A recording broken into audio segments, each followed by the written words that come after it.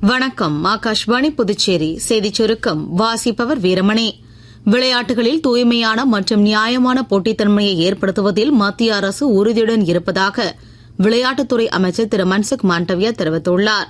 புதுடெல்லியில் நடைபெற்ற தேசிய ஊக்க மருந்து பரிசோதனை ஆய்வகத்தின் ஆண்டு மாநாட்டை தொடக்கி வைத்து அவர் இவ்வாறு பேசினார்.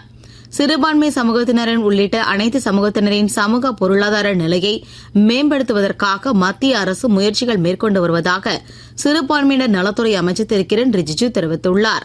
மக்களவையில் கேள்வி நேரத்தின்போது நேற்று அவர் இதை தெரிவித்தார்.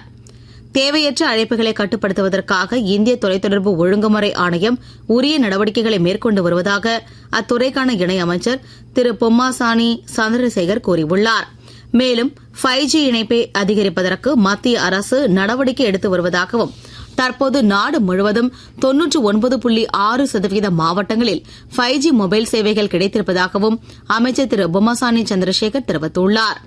இந்தியா பிரான்ஸ் கடற்படை இடையே கூட்டுப் பயிற்சி நேற்று அரபிக்கடலில் தொடங்கியது. வர்ணா 25 என்று பெயரிடப்பட்டுள்ள இப்பயிற்சி இரு நாடுகளின் கடற்படையின் வலிமைகளை பறைசாற்றும் வகையில் நடைபெறுகிறது.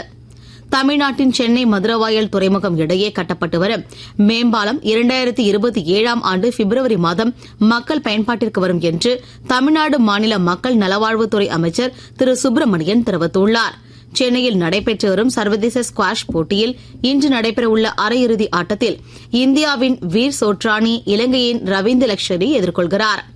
சுவிஸ் ஓபன் பேட்மிண்டன் போட்டியின் ஆடவர் ஒற்றையர் பிரிவில் இந்தியாவின் கிடாம்பி ஸ்ரீகாந்த், MS சுப்பிரமணியன் ஆகியோர் காலிறுதிக்கு முந்தைய சுற்றுக்கு முன்னேறியுள்ளனர்.